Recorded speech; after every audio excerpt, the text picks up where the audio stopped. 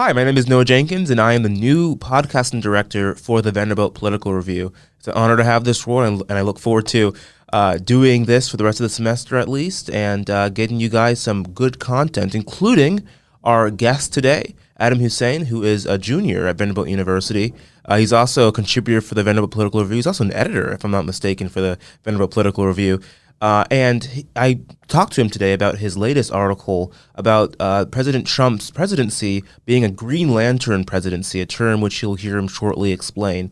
We'll also dive into unitary executive theory, as well as the implications for having a stronger executive branch as it relates to American politics and beyond. So without further ado, here's the episode. I hope you guys enjoy.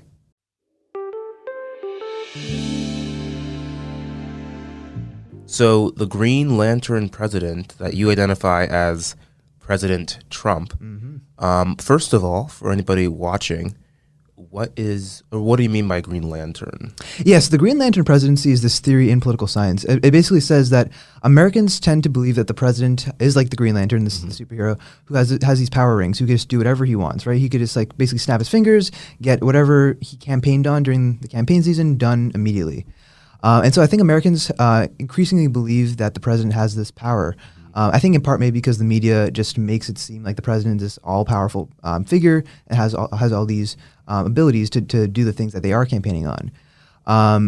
But I think the problem that we end up getting to is that when the president comes in, this is a very common theme for all presidencies, that the president will come in and then realize that they're so much more constrained than is actually the case. And that's very much by design from our founding fathers. They wanted a executive, of course, with, I think Madison called it the energy of the executive in Federal Assembly. But at the same time, you need that energy of the executive, but you also need to have a lot of institutional constraints and checks and balances. And so I think the issue that we end up getting to is that presidents find that these institutional constraints really make it really difficult for them to actually get any of their things done. During Trump's first term, I remember he actually at one point wanted to abolish the filibuster. He wanted to abolish the filibuster because he didn't think Congress was getting enough of his campaign promises done. And so I think this time around he's realizing, okay, you know what, maybe I couldn't get as much stuff done through Congress last time, and I think now is a great opportunity for me to try to see how far I can extend my executive authority and do as many things unilaterally as we can. Yeah. So basically what you're saying is that many Americans, when they elect their president, they see the two candidates on the debate stage, and they basically, even if they're not thinking it consciously, because I feel like most Americans generally get what's going on, Congress, everything, but they kind of think of the president as a king in a way. Okay, that seems straightforward enough. I guess my question is, why do you think that this is starting to be more of a thing now? Because certainly Obama, I would say President Obama kind of started the general trend of really pushing through executive orders a lot. And then Trump in his first term did so. And then Biden certainly did that. Now we have Trump 2.0 really doing it in his first month. I think today, the time of recording, is exactly a month since he's been president. Yeah, that's right. So, why do you think that is now starting to become a more modern phenomenon, this Green Lantern presidency, compared to before? Yeah, I think kind of going back, to the media, but also social media, right? The president is just much more of a salient figure today than in previous times, perhaps. And so I think we need to maybe consider how that maybe making the president feel like they have these additional external pressures on them to now engage in these types of Green Lantern presidency mechanisms. You mentioned Obama, and I think Obama definitely was called out for a lot of what was viewed at the time as executive overreach or potentially going too far with executive orders. I know SNL did a skit a couple of years ago with they're making fun of the Schoolhouse Rock. I'm just a bill. And so they made fun of how executive orders just used to be about doing things like naming national parks or new holidays or little things like that. And now going from that to I think in that clip they made fun of him with immigration policy and trying to grant legal status to a bunch of undocumented immigrants. DACA. With DACA, exactly. And so I think the reason why Obama was doing that is because he had a lot of trouble getting things through a divided Congress. And I think it gets this next idea that Congress has become so much more gridlocked today than in previous years. We're at a time now where I guess we have a lot less bipartisanship. The polarization, maybe driven by social media, maybe driven by just the way discourse is happening now, is making us in a position where we have no choice but to have these presidents who wanted to at least have something they can go to voters and say, I did this, and have some legacy. they need to be able to use executive authority in some way in their mind to at least be able to carry through on those promises. Right. Yeah. Yeah, it's interesting. Yeah, I think Congress is a big part of this this puzzle, because one thing I'm thinking is, why doesn't effectively Trump's Congress, right? Because arguably he was the one who was at the helm of the party when last fall they took all both houses of Congress and the presidency. Mm-hmm. I'm thinking, why doesn't Mike Johnson and John Thune, why don't they get on it and pass some bills? Mm-hmm. But then you got to remember the filibuster Exactly. is a thing there too. Yeah. And Republicans, what are that 53 in the Senate? Yeah. I think so. So obviously that's not filibuster proof. So yeah, you're talking about Congress being a big part of that. Do you think that if Congress were more functional, or if there was a clearer mandate in Congress, say that let's say Trump or the Republicans had a filibuster-proof Senate and a more than 2, 3, 4 seat majority in the House, do you think that Trump or someone in his position would still be going about it this way, or do you think that they would just say, "Hey, Congress, let's just do it the normal way"? Right. No, I think definitely if they had a filibuster-proof Congress, they would be he'd probably be more inclined to just go through Congress, and you wouldn't have to expand your executive authority like this. But also, to another sense, I think he still would probably try to expand his executive authority, because if you think about it, like Obama had the same exact thing you're describing. Right. He had 60 votes in the Senate in 2009. He had the House, I think, a comfortable majority. Comfortably, yeah. Comfortable majority enough, right? Yeah. And he obviously had the presidency, and I can't remember if he had the judiciary or not on his side. Maybe he had some judges, right? But it was less ideological back then, so it was more unclear. I'd say. Exactly. Yeah, exactly. Right. But I think even then, Obama couldn't get a lot of things done, or as many as he wanted, because I think there was 1 or 2 senators who were much more moderate, and I think we called them conservative Democrats back in the day, which sounds like an oxymoron nowadays. But because I think even within Congress we have different variations of how extensive the ideological leanings are of some people. It may be difficult to get things done. Even today, you have, I know, Senator Susan Collins, Lisa Murkowski. Now it seems Mitch McConnell as well. Yeah, so that was a bit surprising to me. But those 3 in particular, those seem now this kind of swing votes. And so even if he had 60 votes in the Senate who were Republicans, he would still have to deal with those people. Yeah. And so that would probably temper the extent to which he can fully achieve those policies. Yeah. So, yeah. One thing I'm also thinking of is what you're talking about in your article, the unitary executive theory. And funny enough, I'm not sure if you're at the debate that we had, we being the college Republicans, that's my other role, and then the college Democrats over, it was the day before the election, the night before the election, we're talking about immigration, abortion, and the federal bureaucracy and the extent to which the president can exert power over it. And the argument I made, in part, there's a multi-segmented argument, but one part that's relevant here is that, if Congress writes a law that's vague, I'll give you an example, the whole penny thing, right? I was watching a video about this a couple days ago. It's just, the law just says, we should have these denominations of coinage and then paper money, right? And the president and the treasury, the mint or whatever, will print or allocate the proper amount. What does that mean? What's the proper amount? Because the argument that Trump's probably going to try to use is, well, the proper amount of pennies is 0, right? So that's one little silly example, but what do you think about Congress in the rare moments it writes laws, writing them so vaguely, arguably lazily, maybe just because things are more complex than they were back in the past, such that the president can, even in theory, legally, have a wide degree of power in terms of how he chooses to interpret it. Yeah, I think the way that Congress writes those laws so vaguely is very much intentional, because Congress doesn't have the expertise on a lot of these different issues, right? And so there's a class I'm taking right now. It's participation in political representation in America, and we were actually talking about this exact issue last week, and how basically a lot of times Congress writes these laws vaguely, and they assume that the executive agencies are going to then be able to figure out and use their expertise as experts in those different fields to figure out what's the best way to implement these things and what's and so it does I guess structure and ground us in that kind of expertise. But I think the issue that ends up coming a lot of times is some people believe that this means that we're now reaching a point where we have a fourth branch of government. I know a lot of Republicans have started talking about this idea, where essentially the bureaucracy and all these different agencies kind of become lawmakers unto themselves. And so I think that because the president is in charge of a lot of those agencies, that gives him the potential to really start to hone in on that power he has over them and to be able to use those for his own benefit. Right. I think also what's interesting is I know last year the Supreme Court overturned the Chevron doctrine. Yeah, And Chevron deference, yeah. Yeah, exactly. And so the Chevron doctrine was like really giving a lot of power to these agencies to really have a lot of discretion with how they interpret those laws, right?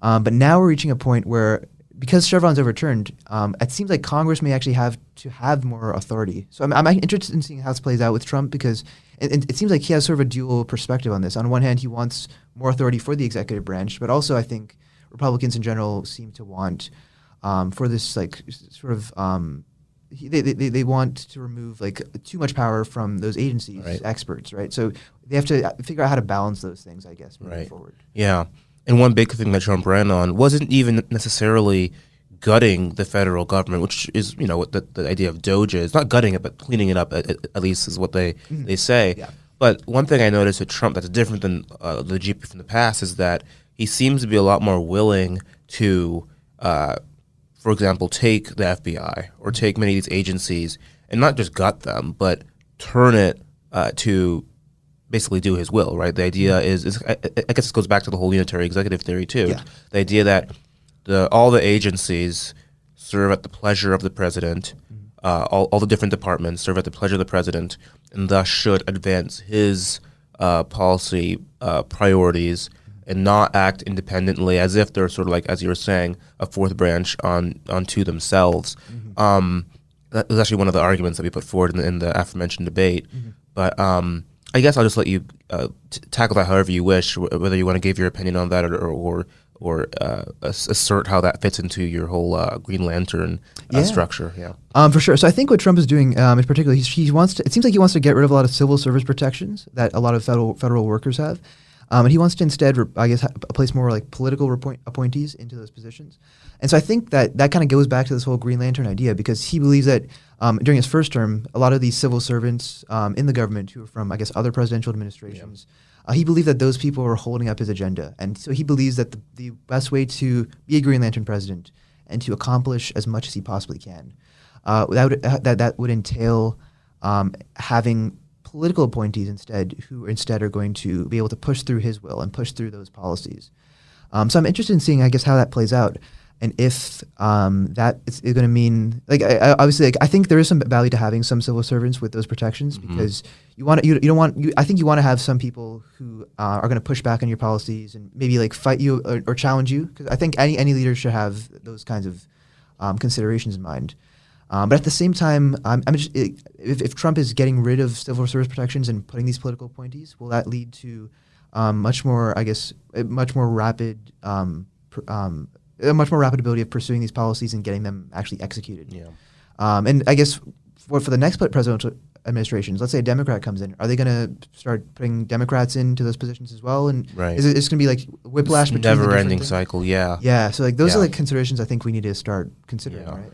And that actually brings up another good idea that I think we ought to discuss, which is, obviously, well, I guess backing up, I feel as if the calculus for every administration coming in for the last, let's just say, decade roughly, maybe a little more than that, is we got to get all of our stuff done in the first 2 years, because we inevitably will lose the House.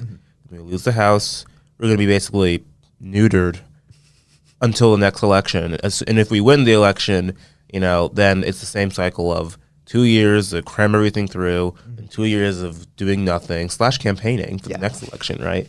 But what that's caused, I think, is this push that's becoming more and more every single time it happens to get to push everything through really quickly. And I think what we're seeing now with the first month of the Trump administration is this push to push everything through as quickly as possible through executive orders. But I guess my question to you, and I have my own thoughts on this too, but I'll of course let you share first, is even let's assume, just for sake of argument, that the reforms Trump wants are generally good, right? Just for sake of argument, is circumventing the measures that we have in our government, Congress, the courts, and everything, that's meant to slow things down, meant to be more deliberative, right? Even if those objectives are good, by circumventing all that and pushing it through quickly, do you think that there's a risk that things are done too hastily, and then things, the ball gets dropped here and there, and then more problems actually arise? Yeah, I think definitely it's very possible when you're going at this kind of speed and you're trying to implement things so quickly. I think a couple things can happen. Number one, we don't know like how durable these policies will be, especially when doing them through executive action. Yeah. Because I guess one thing about executive action is that what can be done by executive action can easily be done by the next president through executive action. Whereas when it goes through Congress, it's much more durable because it's very hard to get anything. Yeah, it's federal statute. It's basically stuck there, yeah. right? Because of how gridlocked just Congress is by nature. Right. And so I think that durability is something we need to really consider. But I think going back to your question, kind of, Trump is looking at this as the most favorable political environment to try to do these executive actions because he thinks this is the environment where he can get the least pushback to at least get these things done in the short term. He controls the House, he controls the Senate, he controls the Supreme Court, he controls much of the judiciary. At least he's appointed a lot of people on the judiciary by this point. And not only that, he has a public mandate where he won the popular vote, right. which is something very, very surprising and right. I guess unique for a Republican president to do in this day and age. And so I guess given all those things, he thinks that now is the best opportunity to try at least attempt to do these executive actions in some way. And so he thinks that he has enough support, or at least enough political capital in this environment to get these things done, and to maybe they can stick around for at least this short term. And so he can at least say to voters and the Republican Party to at least say to voters, "Hey, we tried. We've actually done these things." Right. So I think that's something to keep in mind. For sure. Yeah, I guess I'll give my little tidbit here, even though, of course, you're the guest today. I don't take the spotlight away from you, but I guess my thought is, someone who generally is in favor of the reforms Trump ran on and is trying to pursue, I am a little bit concerned about the haste because, as we both were kind of getting at, with the deliberative process of Congress, even by putting regulation through more slowly, or even with Doge, for example, chipping away at things over time, right? Imagine like you're on an assembly line and things are coming past, and your job is to make sure things are like, up to snuff or whatever. But imagine everything's coming to you very quickly.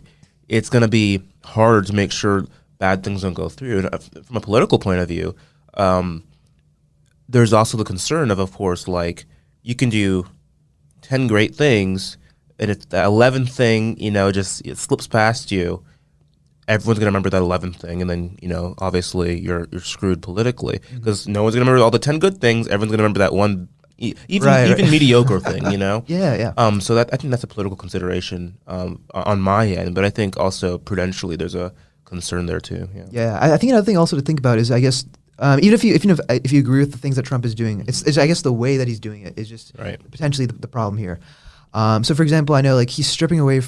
He's trying to eventually effectively get rid of USAID. And so the problem is that even if you agree with, I guess, getting rid of USAID, the problem is, I suppose, with the way you're doing it by, I guess, purposefully kind of, because right now Congress has appropriated money to USAID, and so the issue is that when Congress appropriates money to an agency, that agency has to be like carried out in some way. And so when you're trying to go about like getting rid of USAID in these creative ways through executive action, that can be kind of a problem there. Yeah. The other thing that's also been brought up is something with like birthright citizenship. And so in the 14th Amendment, the Supreme Court has long held for I think since the 1800s that birthright citizenship applies to immigrants in the United States, at least to some capacity. And so now what Trump tried to do with this executive order is to challenge that. And so I think even if you didn't, let's say you don't support birthright citizenship in the way it's done with undocumented immigrants, using an executive order to potentially, I guess, go about changing the Constitution can be a problem. Circumventing it, yeah. Because I mean, let's say you agree with that for the sake of the argument. Let's say a Democratic president comes in now and then tries to do something with the Second Amendment through executive action. I know when Kamala Harris ran for her first time in 2020, she proposed that exact thing, doing executive action to at least restrict assault rifles and things like that. And so I think that this can be a potentially dangerous thing for both parties to be able to start changing up the Constitution in such serious ways. And that's because when we do things like that, it makes the president become increasingly tantamount to sort of a king or a dictator. Right. And I don't think anyone wants that, right? So Did you see the thing that I heard it was actually published by Time Magazine, but the White House reposted it. It was like Trump, or was it All Hail King Trump or something like that. It was a photo of Trump with I the think I've crown on seen his the head cover of in front of like the New York skyline. Yeah. Yeah, I mean, so it kind of gets to that idea, right? Right. But I guess yeah. a counter argument, even one I think I'd actually make, is we've acknowledged and been saying the entire time today that Congress is dysfunctional. Congress doesn't really do anything anymore besides pass things that are so clearly bipartisan, right? Or if they're just partisan enough, some things get through, like the Lake and Riley Act. That got some Democrat support, and it wasn't filibustered as far as I can tell because Trump signed it. Yeah. But to do anything of substance that aligns with the political party's ideas would probably be filibustered, as we were saying earlier. Right. Which means that basically, if we need to do things, which we do need to do things, the government can do nothing. I think even the most libertarian conservative, or libertarian, not really conservative, I guess, person would say that the government needs to do something, right? Yeah. Trump was elected to do something. These Congress people are elected to do something. People elected a government to do something at least. If the Congress isn't going to do it, the president, the buck seems to stop with him, at least optically, as you're saying, the Green Lantern view of the presidency, is not then the mandate almost that the president ought to exert that power? Isn't that almost what the people want? Because Trump didn't hide the ball here. Yeah. Trump said that, hey, on day one, I'm going to do X, Y, and Z, right?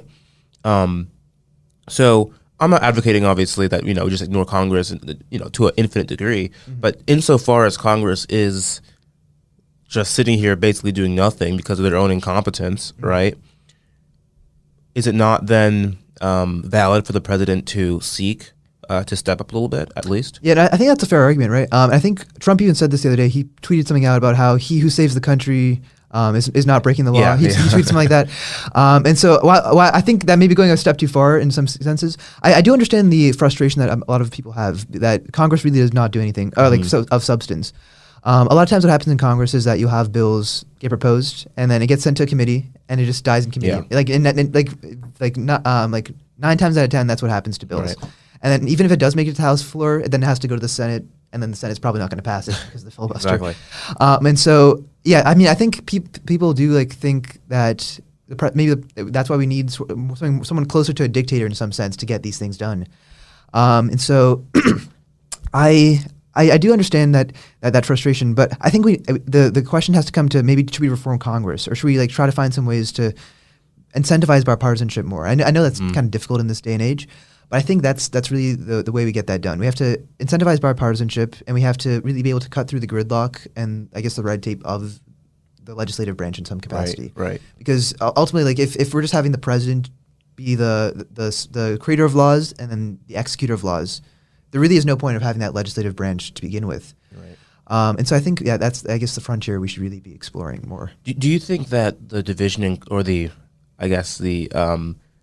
Congress is basically 50-50, more or less, right? Plus or minus, 3%. Yeah. Such that it's basically ineffective, right? Like, gone is the era of, well, first of all, gone is the era of having the Overton window, if you've heard that term before, small enough such that the Democrats' position and Republicans' position had enough overlap that a 50-50 Senate or House wasn't the end of the world, right? Because you'd still have a lot of cross-coalitional things happening there such that you could still get things through. Right.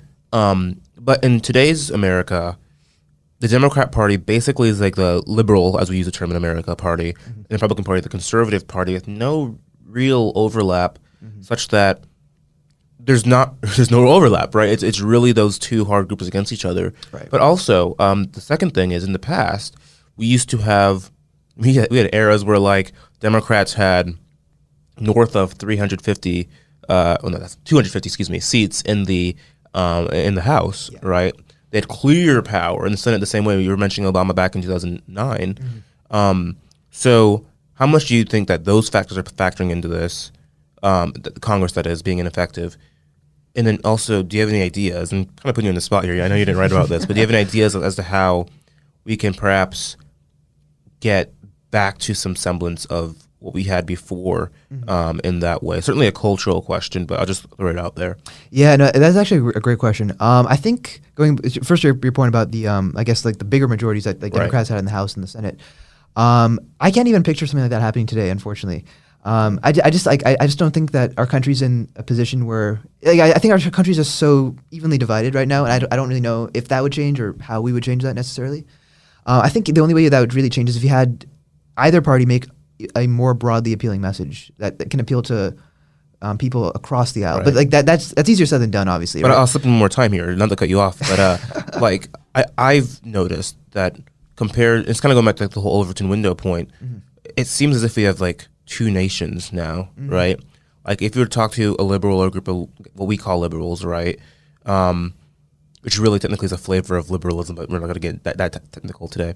But we talk to them, they seem to exist in a totally different world, or at least a substantially different world than broadly conservative people.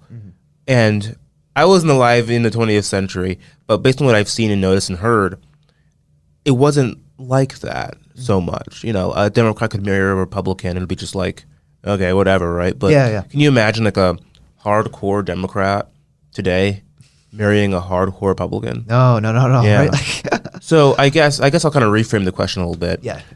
And then I'll actually let you answer it. Do you think that until we somehow, and I'm not going to ask you how to do that because it's a huge question, but until we can somehow solve that problem of having two nations, if you will, in its political sense, in one, that Congress being, the House really, but Congress more broadly being reflective of this country will inherently, in some way, shape, or form, have that problem? Yeah, I think if we can find that some way to make people stop living these two alternate realities entirely, that would be great.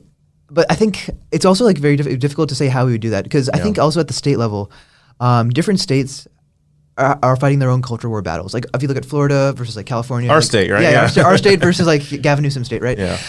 Like they're fighting their own culture war battles. Like Ron DeSantis will try to pass a bunch of bills that are really Republican leaning or like appeal to Republicans, and I think that further entrenches people in Florida into liking those policies. Whereas in California, perhaps it's the complete opposite. Same thing with like Illinois. I know J.B. Pritzker's tried doing stuff like that. States like Tennessee, like we have our own cultural battles, and so I think it's very difficult to say how we would actually do that though, because I don't know how we would find some way to make people stop living in these alternate realities. And then if you also take into account like social media and the echo chambers that people live in that further exacerbate those issues, those things just make it so much more difficult to get us to any kind of place where we can get those kinds of large majorities in Congress. Right. And so, I don't have an answer for you, unfortunately. No, of course. It's a question that has been, I mean, people much brighter and smarter than us and greater than us have tried to answer it. Exactly, yeah. I would say unsuccessfully because it hasn't been solved yet. It's still going on, right? But I think one dimension that we kind of have skirted over is the judiciary and their role here. Yes. Because one thought I had with Trump's birthright citizenship sort of executive order was that, again, I don't think, some people think Trump is stupid. I don't think you can say that a man who's been elected president twice is stupid, right? For better or for worse, right? Yeah. Just like, like a lot of evil people in history that we can think of, I'm not going to list them, but you can think of certain names, right? Yeah. They're evil. They're not stupid because they couldn't have done the things they did if they were stupid, right? And also the good people obviously aren't stupid either. So someone that has reached the power of Trump obviously isn't stupid. With that being said, a lot of people, I've just read the Times every morning, right? I see people say, what's Trump doing, right? This is so dumb. There's no strategy here, right? I hear that with Russia. I hear a lot of different things he's doing. Right. But back to the whole birthright executive order, I don't think that was, I'm inclined not to think that was totally random.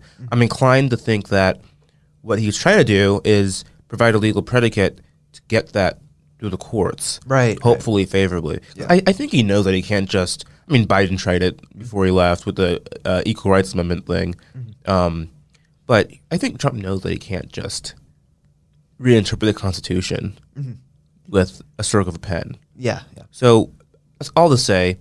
What do you think was his strategy there? Are you in the mindset that my sort of thinking is correct? And then on top of that, what role do you think the judiciary will have in these next coming years, given what I think is going to be a lot more executive asserting of authority? Yeah, I mean, so back to the birthright citizenship point. Perhaps like Trump, I hope Trump knows he can't just like sign away entire parts of the Constitution with an executive order, right? And he probably does know that, or he knows that's going to be like significant pushback to something like that. And so it may be part of a broader strategy, perhaps, to try to just get this to go into the courts. That being said, even if this does go through in the way he's doing it, he's still fundamentally trying to change the Constitution through the initiation of an executive order. And so that's kind of a new territory, and I think that does kind of definitely touch on unconstitutional some kind of unconstitutionality there. And so I think that can be an issue. But I think more broadly to your point, I think Trump's strategy in this term in particular, as well, I mean maybe in his last term also, is just to try to like do very bold actions and to maybe like be like to go like maybe a bit too far almost. And he probably knows he's going too far on some of these things, but he just wants to start either a national conversation on these things, or at least to like do it as a sort of a negotiating tactic, or like some kind of it's like a 3D chess, like Gaza, sense. right? Yeah. I think at least. Right? Yeah, like we talked about this a little. How this could be like some kind of strategy where you're just trying to like I think like right after he said that thing about taking over Gaza, like Jordan and was it Egypt? They said that they would come up with their own plan, and so like it could just be to incentivize other political actors, both domestically and abroad, to take their own actions in response. And I just get the ball rolling. So I'm not sure, because I guess we're not mind readers. We don't know what's going on. We'll figure it out soon enough. We'll find out. I guess history will tell us. Yeah.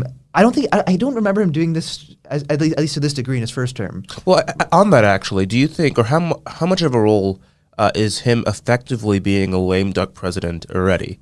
Because again, we haven't seen this sort of thing since Cleveland, right, in the late 19th century.